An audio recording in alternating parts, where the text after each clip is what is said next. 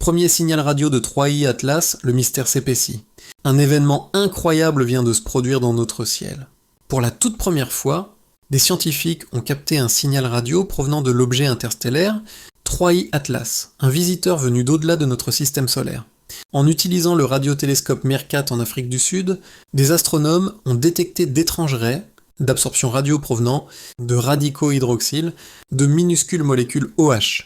Émises directement par 3i Atlas, cela s'est produit le 24 octobre 2025, alors que l'objet se trouvait à quelques degrés seulement du Soleil. Les tentatives précédentes avaient échoué, mais cette fois-ci, le signal est apparu. Deux fréquences distinctes, Epeli 165 GHz et Biri 67 GHz, correspondaient parfaitement à ce que les scientifiques recherchaient. Qu'est-ce qui rend la chose encore plus étrange ? Le mouvement de l'objet s'alignait presque exactement avec la trajectoire du légendaire signal WOW, la mystérieuse impulsion, radio-détectée en 1977 et que certains pensaient d'origine extraterrestre. Avi Loeb, astrophysicien à Harvard et directeur du projet Galileo, avait prédit cette possibilité.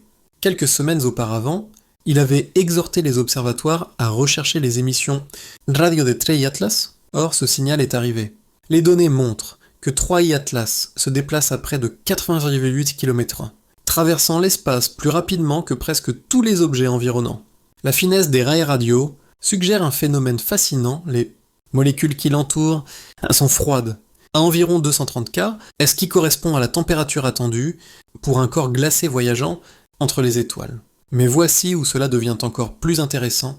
Le 16 mars 2026, la sonde 3i Atlas survolera Jupiter à seulement 53 millions de kilomètres d'altitude.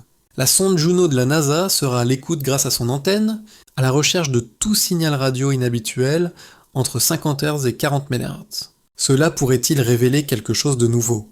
S'agit-il simplement d'une comète interstellaire naturelle, ou de quelque chose de plus ? Personne ne le sait encore.